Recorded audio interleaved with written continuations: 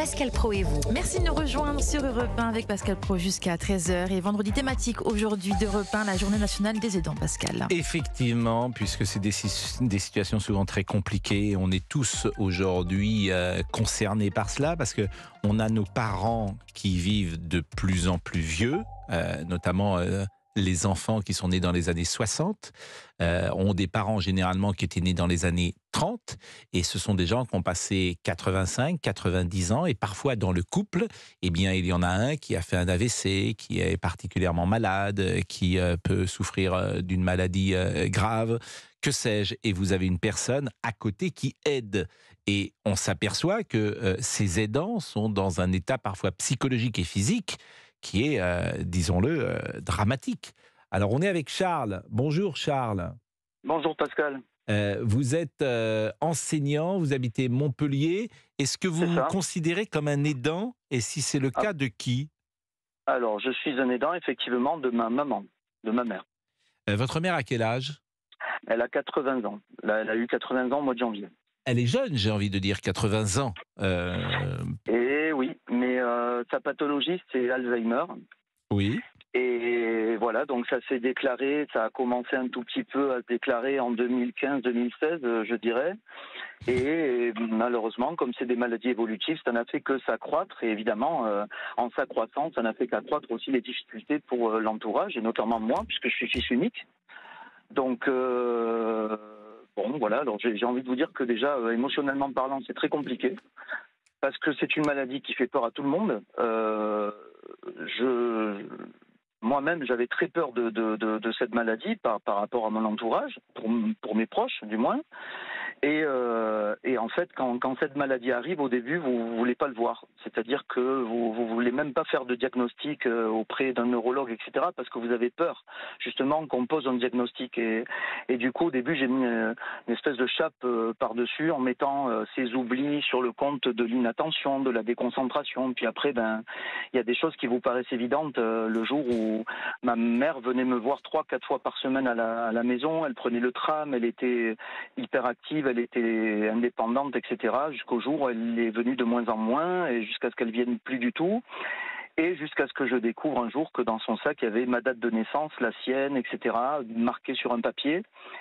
Et là, ce jour-là, je me suis dit qu'il y avait réellement un problème. Parce que ses premiers bugs, c'est me demander, par exemple, m'appeler plusieurs fois pour la même raison, plusieurs fois dans la journée. Donc moi, au début, je mettais ça sur le compte de la déconcentration. Puis après, il a bien fallu que je me rende à l'évidence. Voilà. Mais j'ai envie de vous dire que sur le plan émotionnel, c'est des claques les unes après les autres.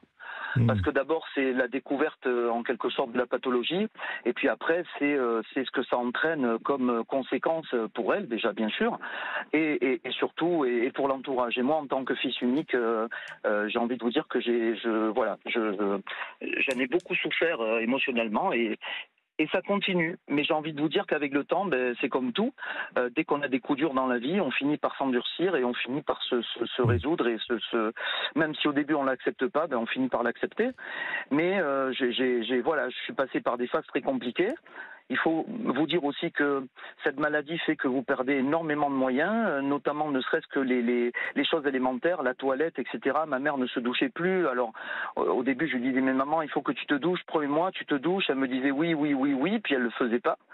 Et donc, j'ai dû, moi, pendant des mois, pendant plus d'1 an, la prendre à la maison et la doucher. Et quand je dis la doucher, c'est que je me retrouvais quand même dans la douche, dans la salle de bain, si vous voulez, avec ma mère qui était nue, etc. Alors qu'elle m'a élevé dans une pudeur absolument extrême. J'avais jamais vu ma mère nue avant. C'était quelque chose qui était un de ses caractéristiques, de ses principes. Et c'est là où vous vous apercevez que cette maladie, en fait, il faut vous faire à l'idée que vous avez affaire petit à petit à une personne qui est complètement désinhibée, qui n'est plus la personne que vous avez connue durant toute votre vie.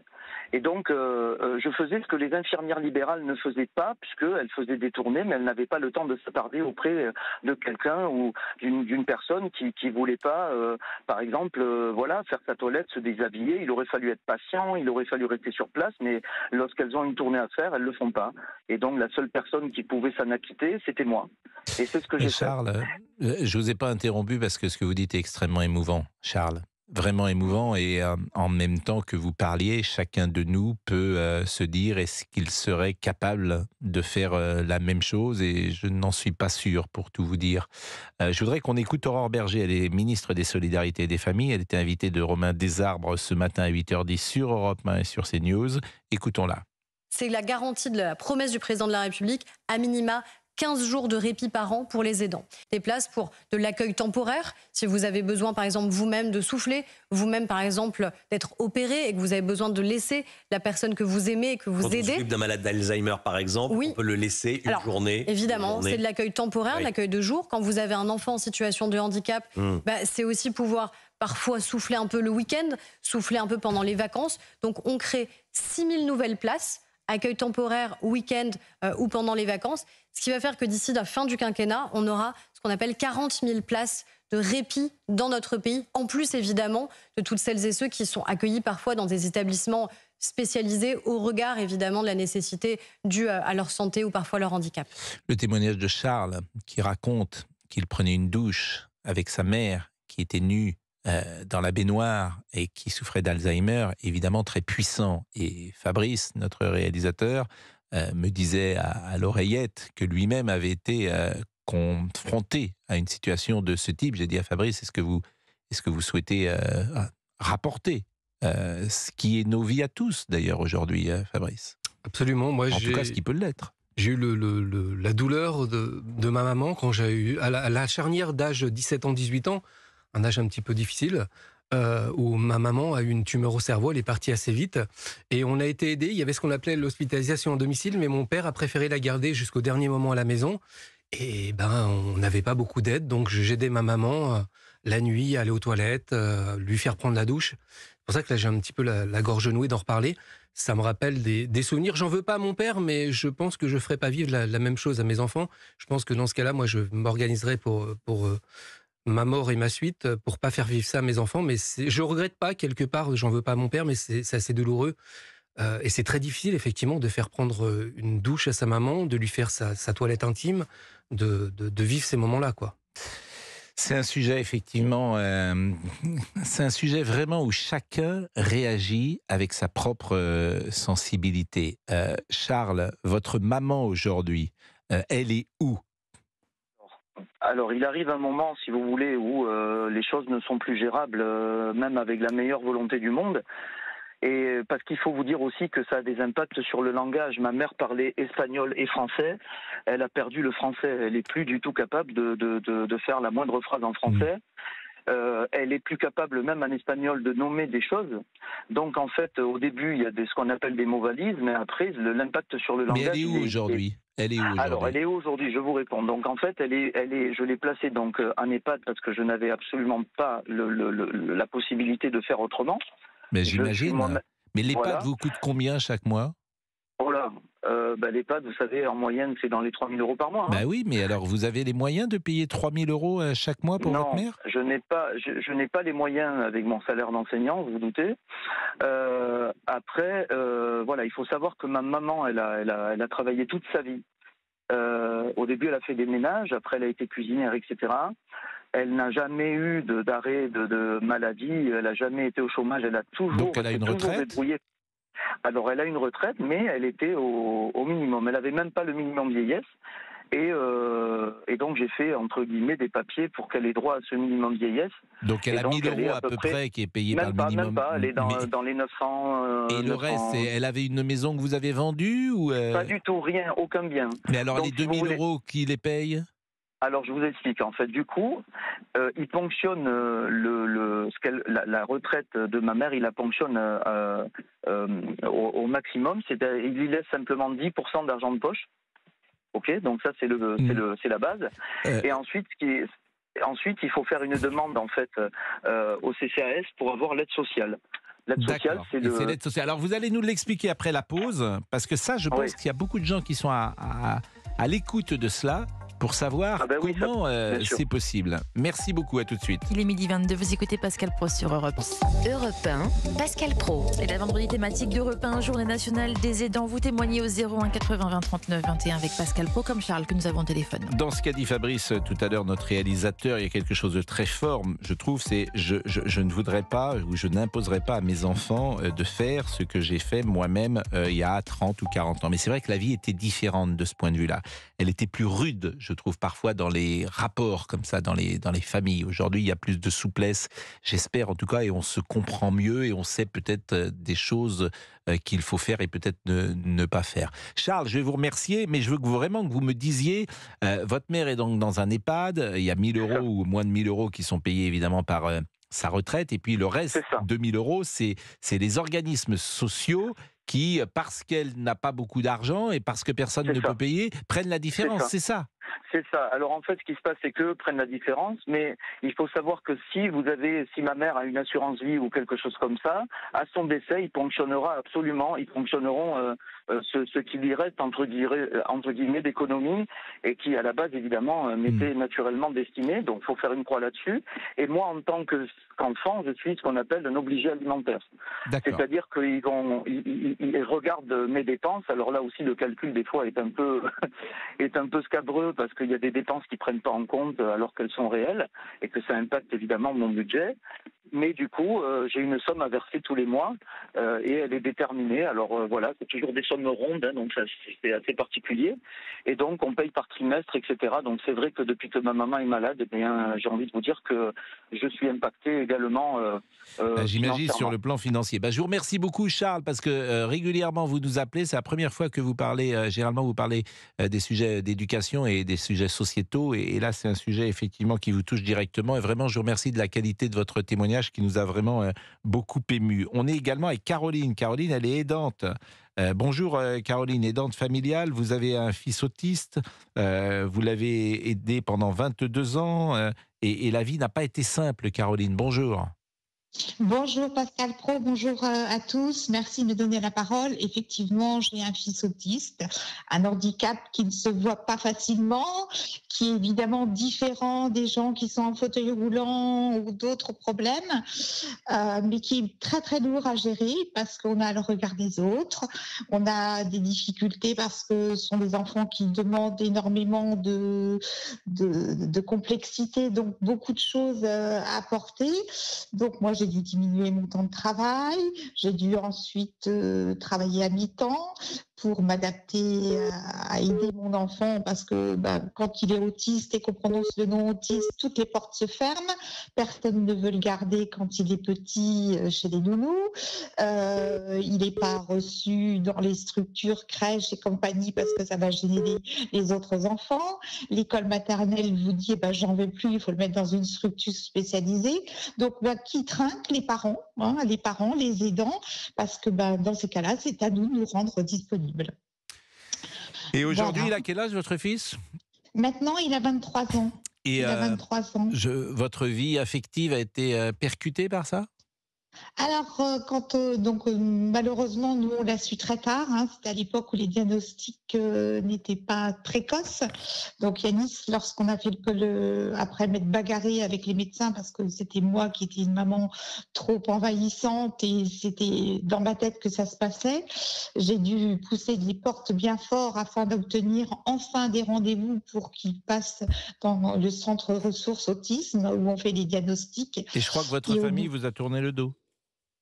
Et voilà, en fin de compte, on a su qu'il était autiste et le papa est parti parce que je pense qu'il n'arrivait pas à gérer.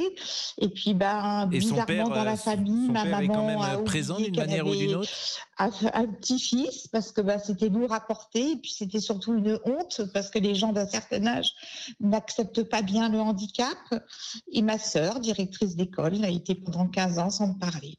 Bon, c'est un calvaire. Voilà. Caroline, restez avec nous parce que ce qui m'intéressait dans votre témoignage aussi, si j'ose dire, c'est l'attitude du père. Est-ce qu'il revoit quand même son fils d'une manière ou d'une autre aujourd'hui ? À tout de suite. Il est 12h29, vous écoutez Pascal Pro sur Europe 1. Pascal Pro et vous. Et vous appelez au 01 80 20 39 21 jusqu'à 13h avec Pascal Pro. On termine avec Caroline qui raconte effectivement une histoire de vie qui peut nous surprendre. et on parle évidemment des aidants aujourd'hui, qui est une thématique d'Europe 1. Vous avez un fils qui est autiste, votre mari manifestement vous a quitté parce qu'il avait du mal à accepter ou en tout cas à s'occuper de cet enfant. C'est ce que vous nous disiez en tout cas. Je voulais savoir s'il est présent d'une manière ou d'une autre, ou si vous avez toujours un contact avec lui. Alors, pour faciliter les choses, il est parti vivre à Maurice. Il est parti vivre, pardonnez-moi? À l'île Maurice. À l'île Maurice, oui. Donc, voilà, donc on fait pas beaucoup plus loin. Donc vous imaginez bien que dans ce cas-là, donc les premières années, donc ça s'est passé. Mon fils a été diagnostiqué en 2004. Il est parti en 2008.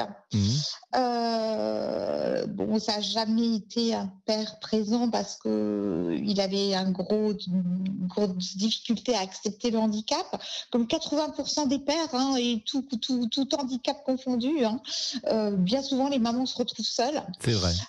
Se retrouvent seules, donc ça veut dire diminuer son temps de travail, diminuer sa situation sociale, sa vie est impactée dans tous les sens du terme, parce que vous vous retrouvez avec une maison à payer seul, vous vous retrouvez avec toutes les difficultés du quotidien seul à gérer, et en plus avec un enfant qui est porteur d'autisme. Mais vous êtes une mère courage, Caroline. Il n'est pas présent du tout. Aujourd'hui, il n'est plus présent du tout. Ça fait à peu près 6 ans que mon fils ne l'a pas vu. Il n'a jamais participé à aucun frais pour son fils.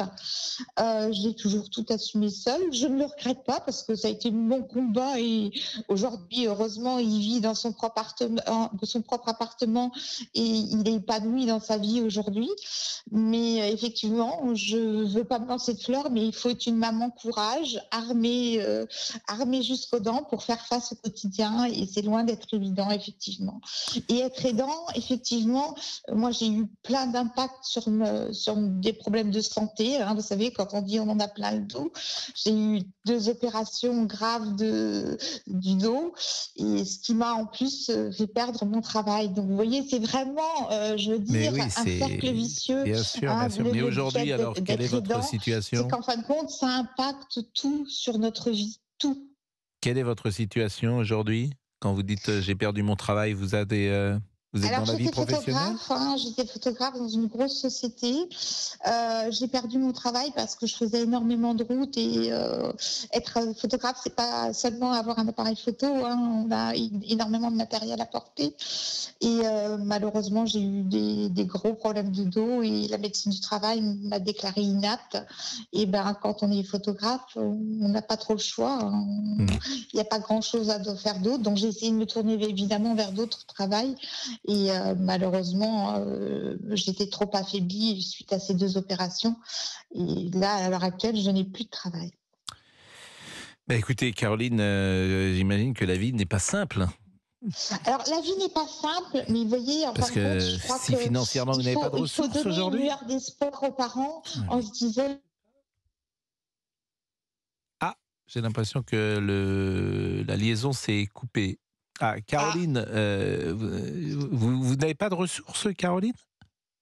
Alors actuellement, je n'ai aucune ressource. Bon, évidemment, j'ai retrouvé un compagnon, donc entre guillemets, je vis à ses crochets.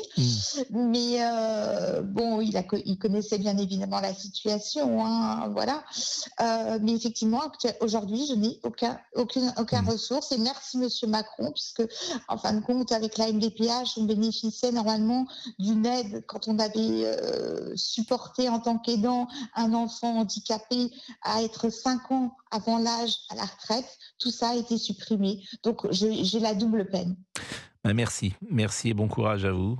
Merci. Oui, voilà, non, mais vous souriez. Il faut donner une note positive. Il s'appelle comment votre fils? Mon fils est heureux, c'est le principal. Il s'appelle comment votre fils? Yanis. Yanis. Eh bien, merci de ce témoignage. On va marquer, me dit Fabrice. Mais non, merci à vous. On va marquer une pause.